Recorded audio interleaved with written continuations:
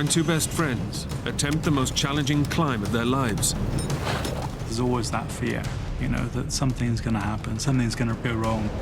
A violent storm hits the French Alps, turning adventure into a desperate fight for survival.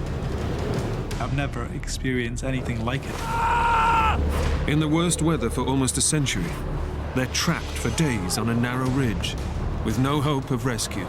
There was now no way either of us was getting off this mountain alive.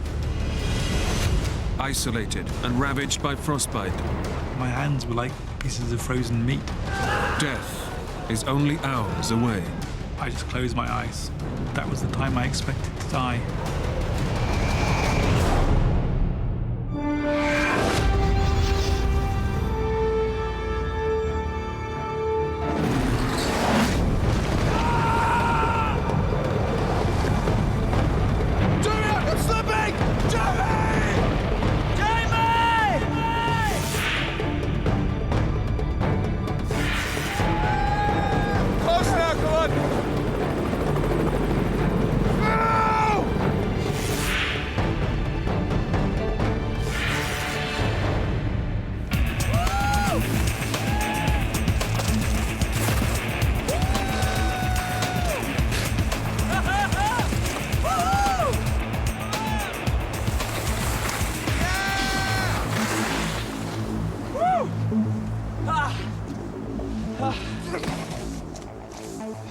He's obviously going to win that. Jamie Fisher and his best friend, Jamie Andrew, are on holiday with friends in the French Alps. Boy, loser. Shut up. You didn't honestly think you were going to beat me, did you? Since they first met at college 8 years ago, they've been inseparable, with a shared passion for mountaineering. Jamie was much more outgoing and extreme than me, but you know, I quickly realized that he was a kindred spirit. He had an equal enthusiasm and very raw passion for the mountains. The holiday is supposed to be a lot of R&R, snowboarding, skiing, and hanging out. What do you reckon, Jamie? Jamie? But on the first day, Jamie Fisher gets the itch to go climbing. Check it out, mate. Their ski resort is at the foot of one of the greatest climbs in the French Alps, the north face of Les Trois. Jamie, I know, but I'm supposed to be on holiday with my girlfriend. You're not looking. It's the north face of Le Droit we're talking about, which we agreed we'd do, huh?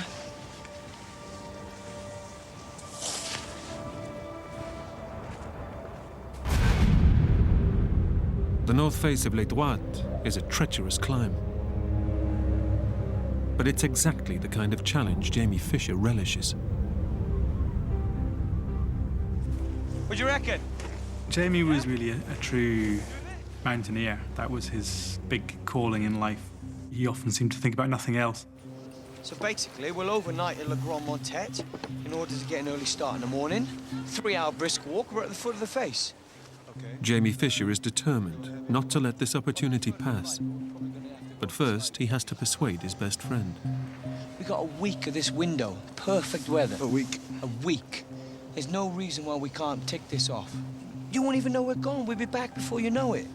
It would have been very nice to just spend the whole week on the slopes, skiing, snowboarding, having fun, just being with our friends. But both of us knew that we had something within us deeper that was driving us to do more. You know, you're really going to get me into trouble one of these days, Jamie. And?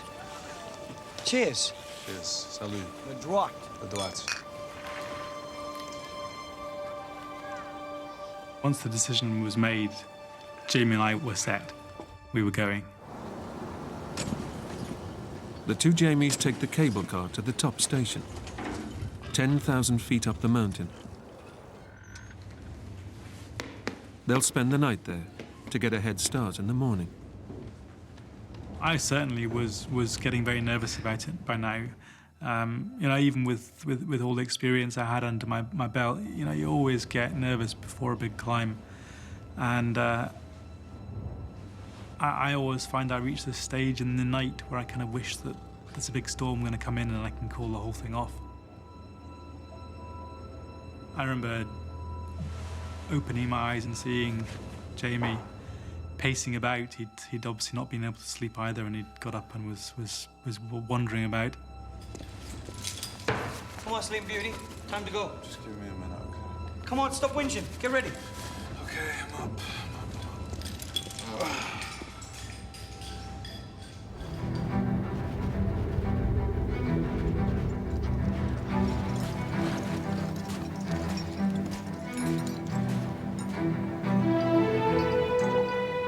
The next day, the two Jamies set off to begin their climb of Les Droites. It was a long, hard trudge up the glacier. Jamie was much more up for it that morning, and I was feeling pretty ropey with the altitude and general nerves. And I could hear him singing to himself as he trudged through the snow. Anyone ever told you got a really lovely singing voice, Jay? They told me I got a beautiful voice. He could sometimes be frustrating, but, you know, he was great company. When they arrive at the foot of the vast ice face that leads to the summit, they get their first sighting of the awesome challenge ahead. It is a 1,000-meter unbroken face of rock and ice. So it was pretty scary, but also, you know, really got our adrenaline going, I think. Got a coin? Yeah. There you go. Heads or tails? Heads. Tails! I'm on it.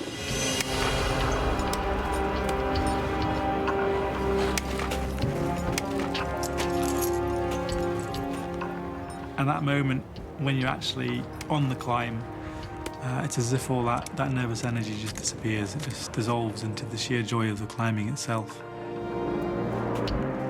In midwinter, the weather in the Alps can change in an instant.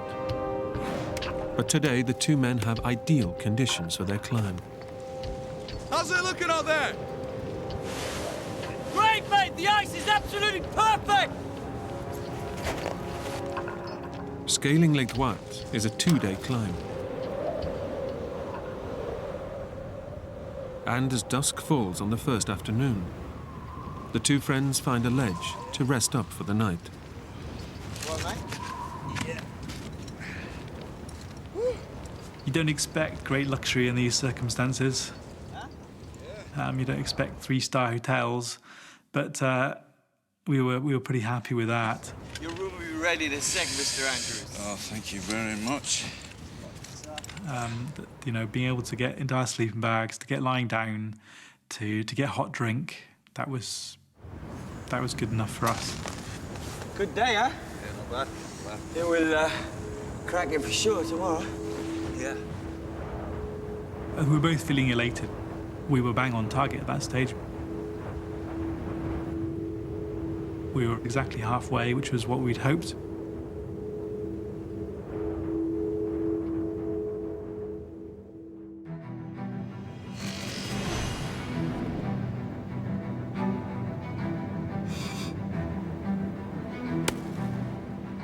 As dawn breaks, the two men set off on the final ascent to the summit. A sheer vertical ice face, one of the toughest climbs in the Alps. There's no ledges on the face where you can take a break. And so it is very tiring on your calves, your calf muscle. Essentially, you're standing on your tippy toes all day. By about lunchtime on that second day, we were feeling pretty confident at that stage. We were feeling that, you know, we were going to reach the top within a few hours. They make great progress. But 800 feet from the summit, conditions suddenly change.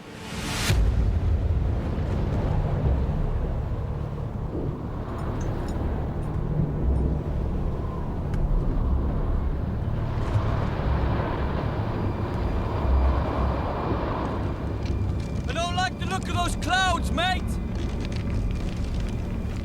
It had been perfectly clear the 1 minute. The next minute we looked up and there were these clouds rolling over the summit ridge of the mountain. We realised that this was a pretty serious storm that was coming in. It wasn't long before the snow started falling. It just became phenomenal. It very quickly became very, very heavy indeed. In just a matter of minutes, the two climbers have been slammed by a vicious alpine blizzard. But we weren't too worried at this stage. You don't expect to be able to climb a mountain face like that without encountering some bad weather. But far from blowing over, the storm rapidly intensifies. I've never experienced anything like it. It was just piling down onto our backs and rucksacks, literally faster than we could shake it off. It was just incredible. Then suddenly, the fresh snow triggers the thing climbers fear most: mountain avalanches.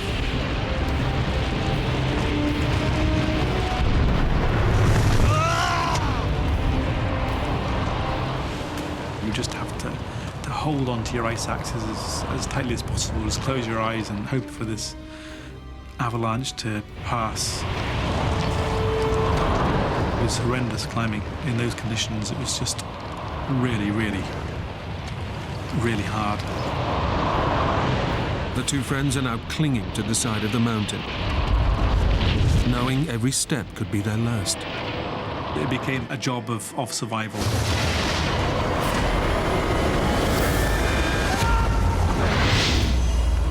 There were great periods of time when we couldn't see each other.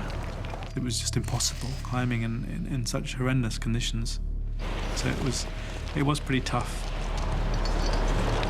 They now face a life or death decision. Jamie! Woo! This is something, huh? Yeah, but what do we do? Abandoning their climb would mean descending the 3,000 feet of treacherous ice below them. To attempt to descend the very difficult and dangerous climbing that we'd done already in those conditions had been, almost suicidal. Not going down in this, mate! Head for the closest pass, near the summit! Their only option is to keep on climbing through the blizzard. If we could reach the summit ridge, we would be safe from the avalanches. We could dig ourselves in and then just wait for the storm to pass.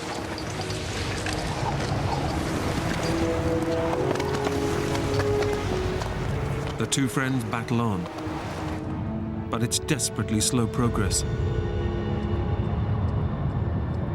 By the time it was starting to get dark, suddenly one of the bolts on my right ice axe started to work loose.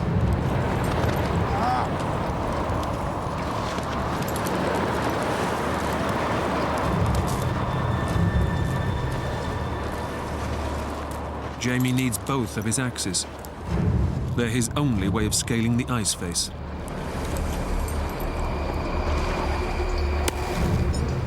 He has to carry on and pray the axe head won't come off. We were really reduced to a snail's pace now. The climbing was so much more arduous and fatiguing and, of course, frightening.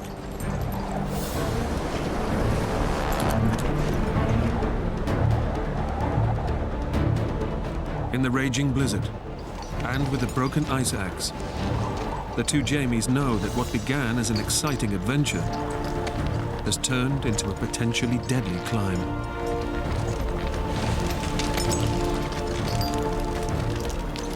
I was beginning to think that we would never reach the top. It just seemed to be going on and on forever.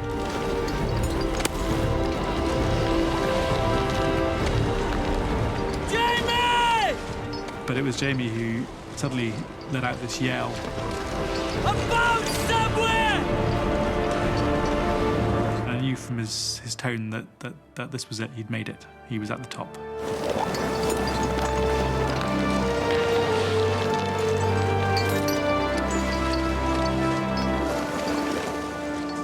suddenly both there we were on the top, on the summit ridge.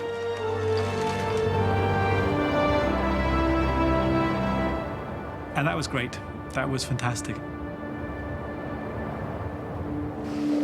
At the summit, the two Jamies can finally rest and wait for the storm to subside. But the ridge is just a sliver of ice, 3 feet wide by 5 feet long, with sheer drops of over 1,000 feet on either side. The place where we arrived was really a knife edge of snow and ice. Jesus Christ, Jamie, we can't stay here! It'll be fine! It's only for the night!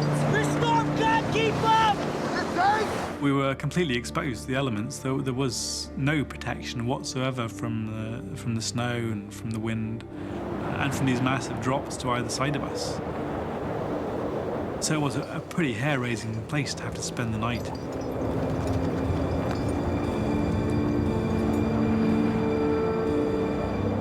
They get into their bivvies, water and wind-proof bags used for emergency shelter.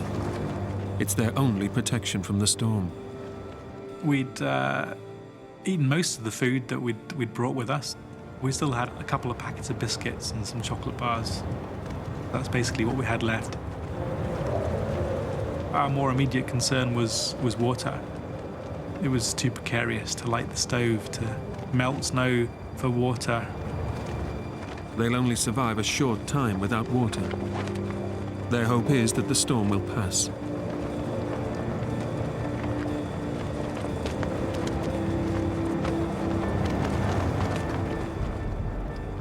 Jamie and I had been on many mountaineering adventures together, but this was looking like being the most frightening to date.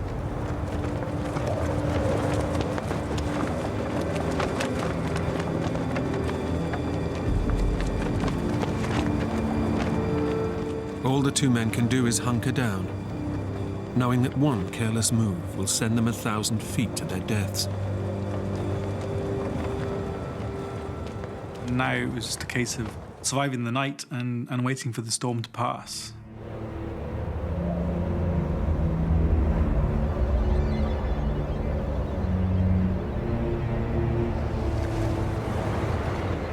But as the night wears on, far from abating, the mountain blizzard intensifies.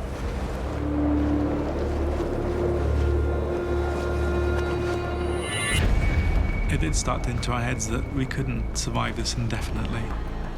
And we started to think maybe this storm's never going to pass.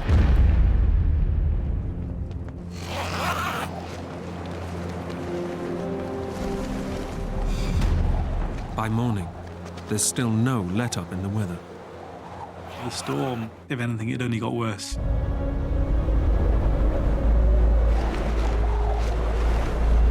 Because the snow is now accompanied by this powerful wind. That was bringing with it, much lower temperatures and much more unpleasant conditions. This isn't good! What do we do? Stay put! What? Wait for the storm to die down! We can't go anywhere in this!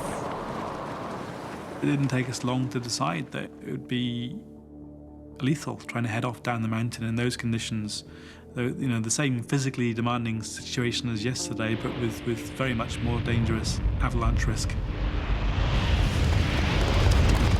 So we were effectively trapped.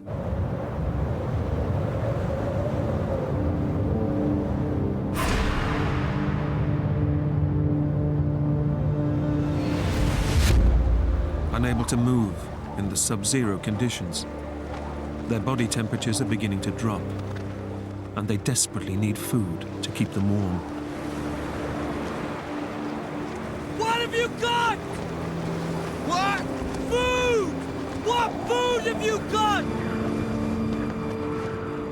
We basically had nothing left in the rucksack except for a packet of dry biscuits.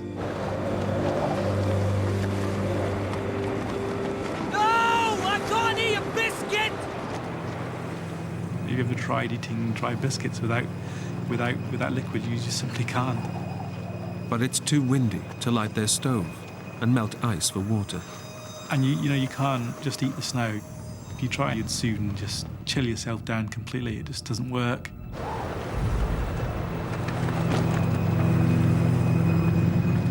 It's ironic, really, that we were completely surrounded by snow, and yet we had nothing to drink. Hour after hour, the blizzard batters the two climbers, and they discuss what should be their next move. I don't want a rescue! Are you kidding me? Think what our mates will say if we get rescued! I don't want a rescue! You crazy? What are we going to say to the copter pilot, Jamie? Sorry, mate, we don't want to land. I'll have to leave my gear! I'm not leaving my gear! I remember Jamie saying, well, we can't be rescued. If they rescue us off the mountain, we'll have to leave our kit behind, and I can't afford to lose my kit. Well, bloody hell, Jamie, most of it's my kit anyway. That just demonstrates how stubborn I think he was. At this stage, more than anything else, we just wanted to be off the mountain, but we were still very hopeful that we'd get down without any issues the next morning. Down in the valley, their friends know they're missing. But in these conditions, a rescue mission is far too dangerous. The snow carried on falling and falling and falling.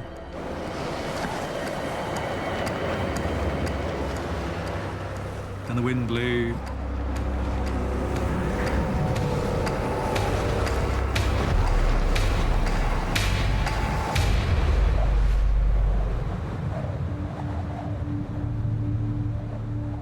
When we realised that we were going to be spending another night there, that was a pretty grim prospect. We were just so uncomfortable, you can't move at all. It's the two friends' second night in the freezing cold. They've had nothing to eat or drink for 24 hours. And on their narrow ridge, less than 3 feet wide, they can't even afford the comfort of sleep. If we'd relaxed, we'd just have slipped off this ledge and fallen off the edge of the mountain. So you have to stay awake the whole time.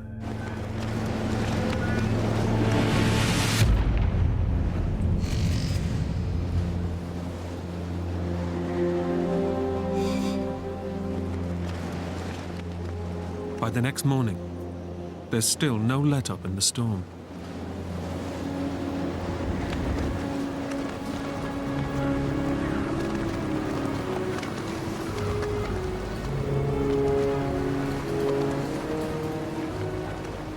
Hour by hour, our physical condition was deteriorating. So that pretty soon we needed to get off this mountain. We needed to get moving. We can't keep lying here! So what do we do? Sometime during the early morning, Jamie said, let's just go, let's give it a go, let's try and get down. We should try and go down! It's better than freezing! Well, we're safe here when the weather changes. It might never clear! Come on! Let's get out of here!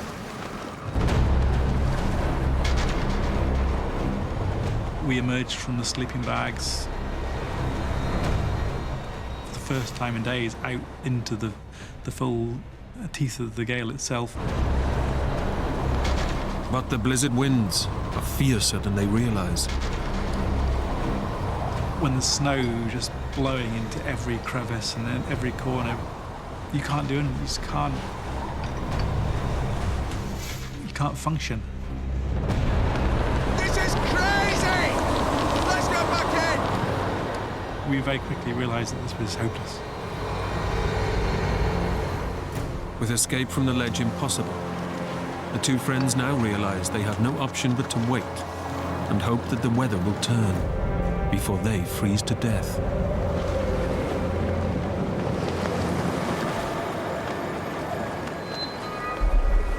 It did start to enter our heads that we couldn't survive this indefinitely. It was difficult not to just to slip into depression and desperation.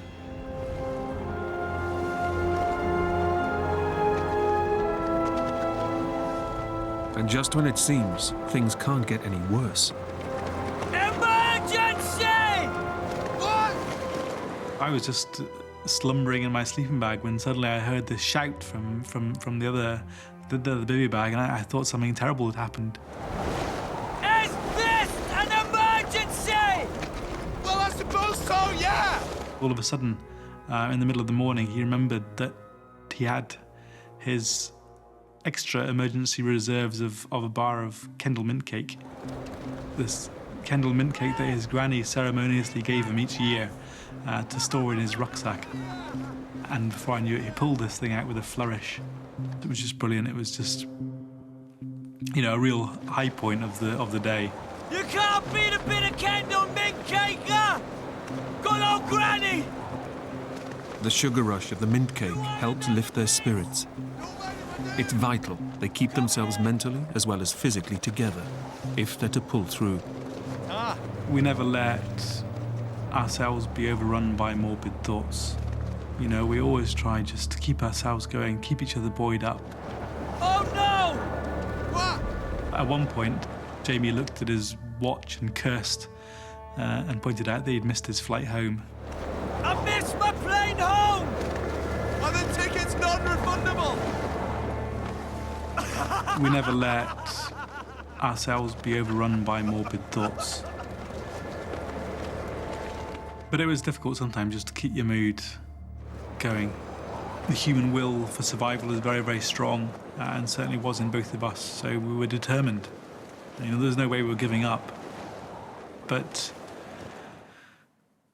with every hour that passed, I think, yeah, our optimism faded. That night, the temperature at the summit reaches -10 Fahrenheit, with the wind chill making it closer to a freezing -22. Our physical condition was really deteriorating, and Jamie in particular I knew was really getting quite cold now. Are you awake? What's wrong? I'm really cold, mate. I think we should get in one bag. It's Jamie Fisher's first sign of vulnerability since the climb began. Check it out, mate. Nails! I'm on it.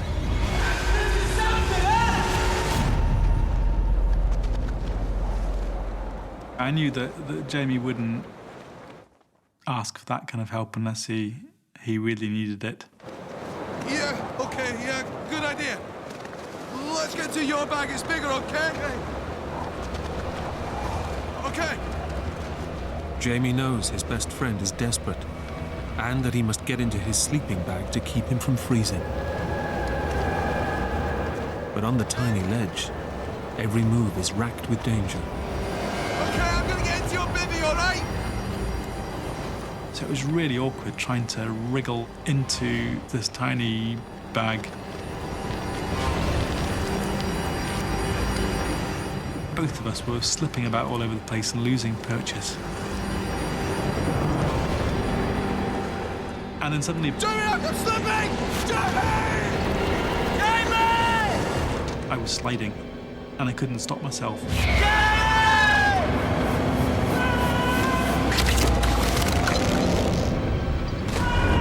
I tried to reach out to grab something. You're just falling in the blackness of the night. And you know, my heart was in my mouth.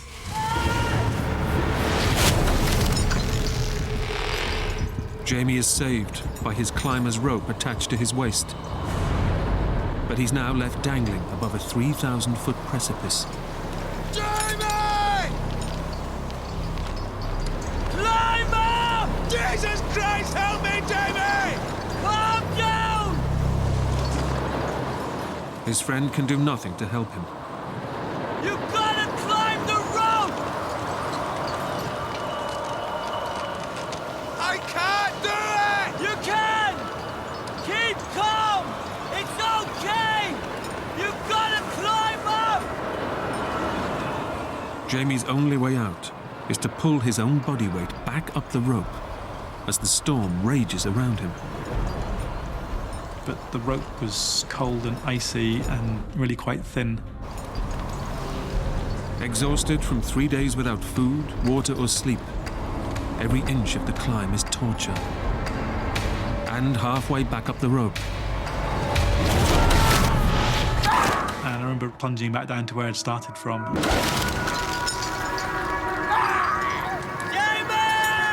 I'm stuck, Jamie! I'm stuck! Calm down! You've just got to climb the rope!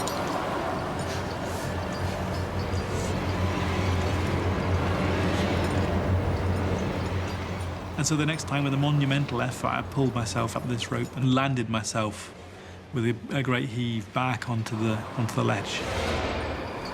It was a big fright. But I guess I also realized that really all we had to do now was just stay where we were and survive. And eventually a rescue would be able to get us off there.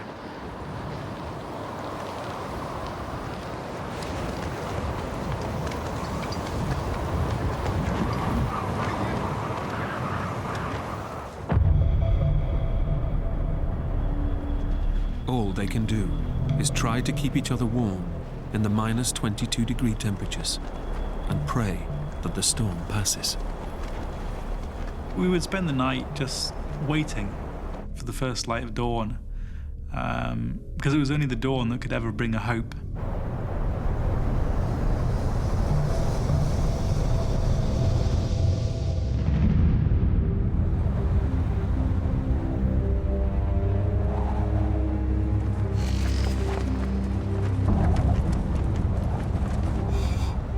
But the next day, the blizzard just gets worse and worse. As the morning came in and the storm carried on raging on, it became more and more depressing. The thought that this storm was never going to pass. They've had nothing to drink or eat now for 72 hours. Both men are severely dehydrated. And in the Arctic conditions, Jamie Fisher is succumbing to the effects of hypothermia. I know that we both must have had thoughts that maybe we wouldn't be making it down alive.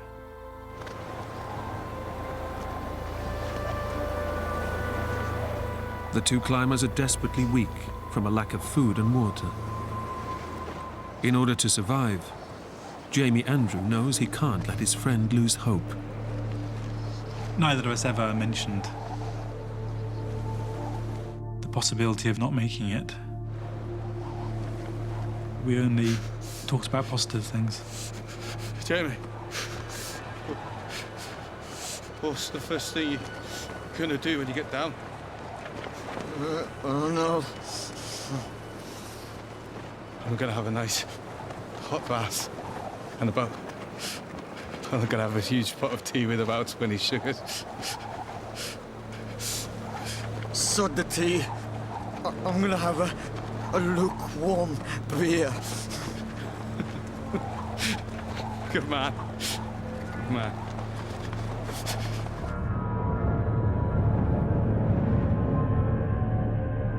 The afternoon wears on. But just as it seems, they will have to spend yet another night in the blizzard.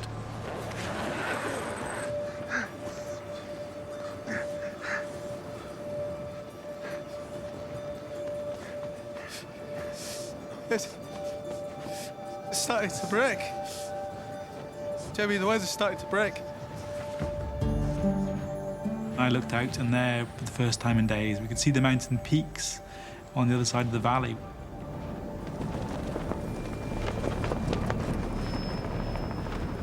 We heard that unmistakable thud, thud, thud, thud.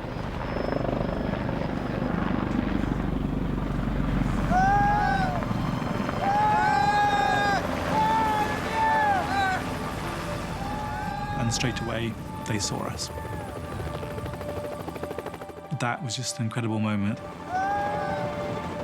We were rescued. We were down in the valley. We were having hot baths and hot meals, and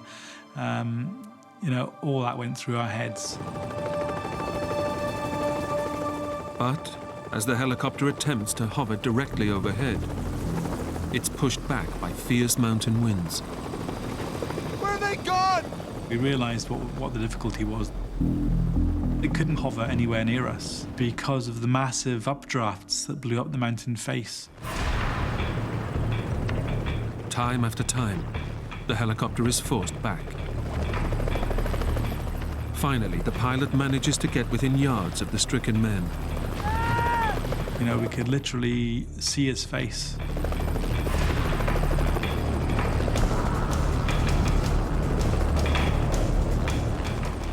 It was really being thrown about all over the place like a toy. Close now, come on! At any moment, it looked like it might be dashed against the rocks on the ridge either side of where we were trapped.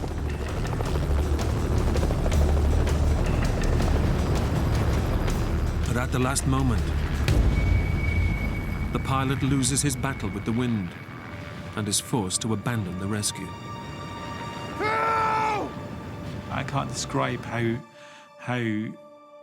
gutted we were to be left there on the mountain on our own. It just felt even more lonely being there, having seen other people for the first time in days, and then just be left abandoned to our fate on the mountain again. Thousands of feet up a mountain, without food, water, or shelter. All hope of rescue is now gone. But the brief drop in the wind allows them to light the stove to melt ice for water. It was Jamie who suggested it. I thought he was crazy trying to actually get the stove burning on this ledge between us. And that was just unbelievable. Just the first time in 3 days that would have been that any liquid had passed our lips. To have some hot, sweet tea was just incredible. And that probably saved our lives that night. But the pleasure is short-lived. The end of the gas means no more water, and they are still severely dehydrated. It was incredible that we'd survived so far, but we did begin to lose that battle for survival.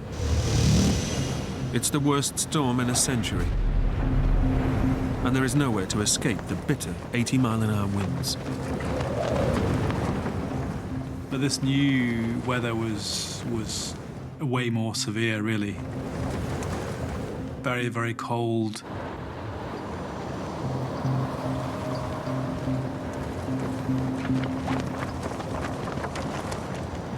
That kind of wind chill, the human body just can't survive for very long at all. As the night wears on, the temperature plummets to well below freezing. The sleeping bags had become useless to us.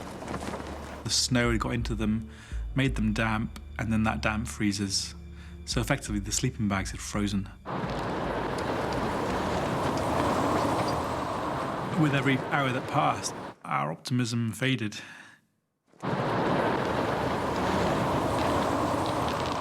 During that night, we did begin to lose that battle for survival. What hill are we on? What? Where are we? Jamie was becoming more and more confused. He didn't seem to know where we were anymore.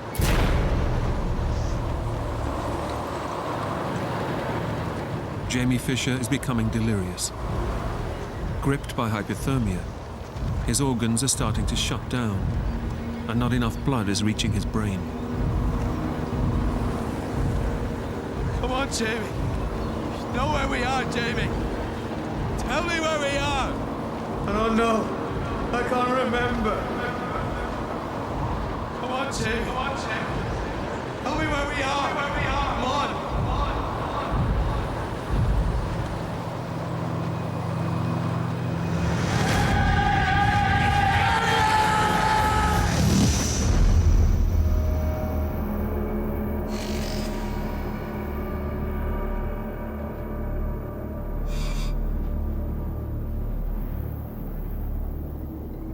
My only real memories of that day are just of desperation. During the night, Jamie Fisher's sleeping bag has come loose. Knowing his friend needs every ounce of warmth, Jamie Andrew tries to zip it back up. I just pulled it in, and then I realised suddenly that I couldn't move my fingers.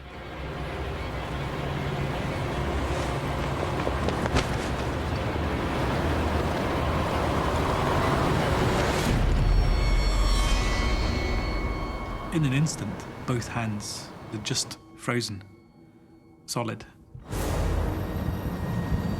His hands are frostbitten. His blood and tissue have turned to ice and are irreparably damaged.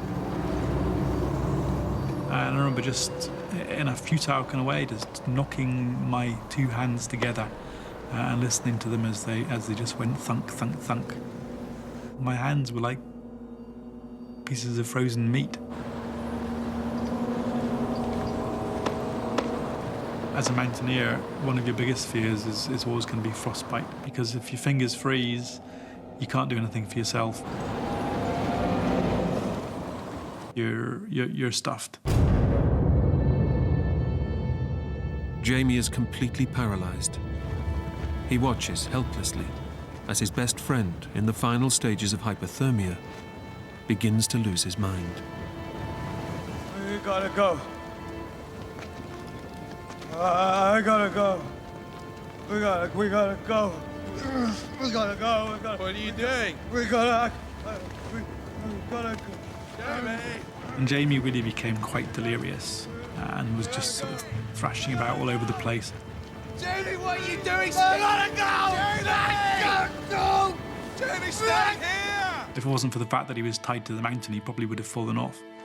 Jesus Christ, you're gonna push us off the edge! Jamie, you're gonna push us off the edge! I desperately tried to bring him back, to remind him, you know, what mountain we were on, what we were doing there.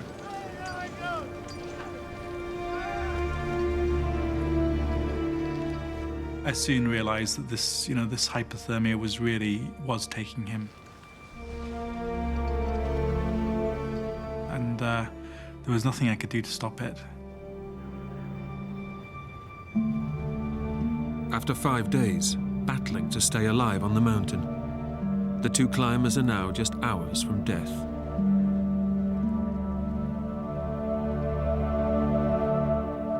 There was now no way either of us was getting off this mountain alive.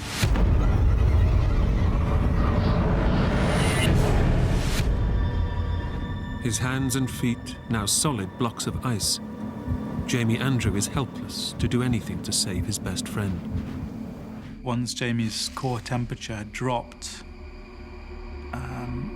his brain was no longer getting the oxygen it needed. Eventually, that deliriousness gave way to unconsciousness, and ultimately he just stopped moving altogether. And when I saw that taking hold of him, I knew that this really, really was the end. That there was no hope now. And of course, having frozen hands myself, there was nothing I could do.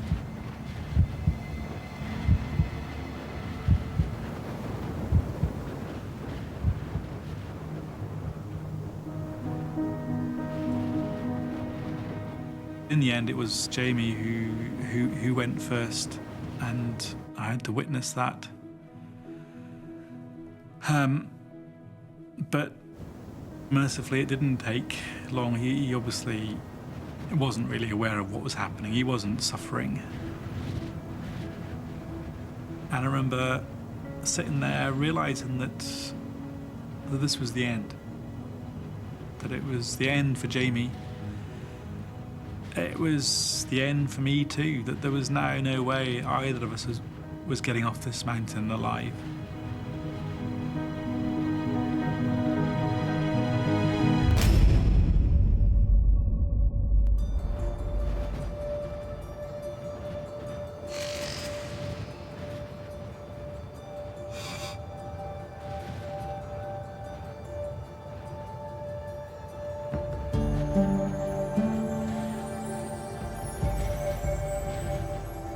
Sometime later, and I have no idea how much later, I opened my eyes again.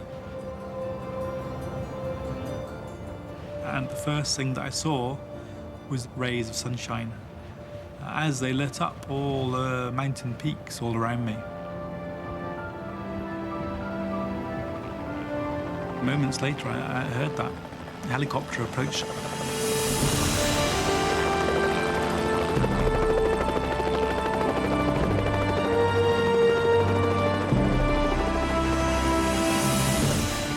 And this time I knew that somehow they were going to rescue me. Somehow they were going to get me out of there.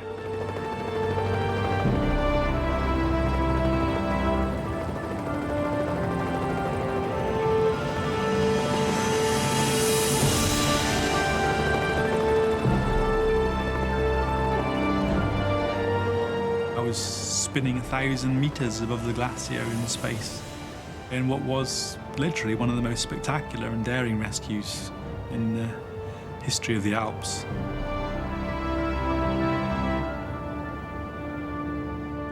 I knew that I'd made it. I'd been rescued and I was going to live. But the rescue had come too late for Jamie Fisher. His body was taken down from the mountain shortly afterwards. Jamie Andrew underwent surgery to save his life. Surgeons amputated his dead, frostbitten limbs, which were poisoning his blood.